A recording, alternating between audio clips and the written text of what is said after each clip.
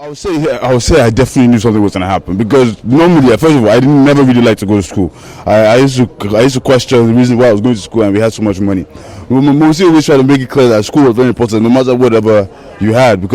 So it got me thinking that okay, I saw other people not having as much as I did, and I could understand that okay, life is just not everybody has it like that. So that day that she said I must go to school, I hadn't been doing well in school, so he was more like, no, you have to go to school, that you don't like school anyways. Because maybe probably then it had me thinking maybe if I was maybe doing better in school, I could have stayed with her on that day. But whatever happened, I just knew that something was going to happen to her, and I just knew that I needed to be with her to protect her. But God knows best.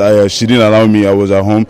But even now, I can see myself even following in her footsteps. So this could have been a plan all the time. It could have been like, okay, you know what? She had done her one part, and she has passed on the baton to the rest of the family. And you can see my sister is very active in the Kudirat Initiative for Democracy. I'm trying to get into politics so that I can learn the process and know how we can now tweak it to work for the masses.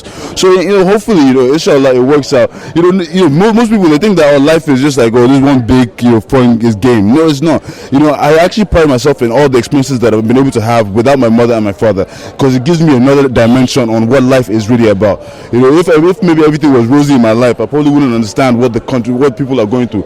But because of the way things have happened, being immensely rich at one point and then losing everything, and seeing the drastic changes in the way I had to live, and seeing that I'm still alive and I'm almost 30 years old, so you really don't need that much to survive. And I think that is the message that I want to get across. Finally, a lot of people have been suggesting different things as a way of immortalizing her. What would be your own idea?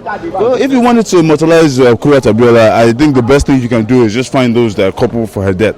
That's the only way. I don't think she should, maybe beyond that. I think that's like a first step. Beyond that, maybe there could be books so that young girls can see that they have power in their voices, because that's very important too. Because if we have, we're in a society that is, there's like so many discriminations on the female gender. So in this sense, if you promote a Kudirat Abiola, someone who stood in front of a gun, you're basically telling women that look, no matter whatever the case is, it can't, as far as I'm concerned, I don't think that whatever we do now is going to bring my mother back.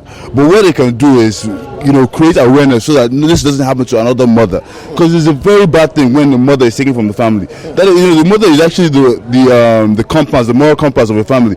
The fathers go and do whatever they want. The mother is the one stuck with the kid. So if you have a child that is being unruly, they'll say, Tani Mama, they'll ask who is the mother. Nobody asks who is the father. So I think the mother is a core aspect, and we need to cherish our mothers. And that's very important. So I'll try my best to continue to live in her own, and continue to live doing things that I know that she'll be proud of. And then Allah knows best. Hopefully, I'll be given a chance to actually make a tangible difference in the way things are run in the country. And we thank her for everything. Besides that, I'm just proud of her, and I just hope that more women will know what she did, so that they can actually, not in that same tone. They don't have to go get shot. No, they can actually just speak out in their own different way. So I think that's just the core idea of everything.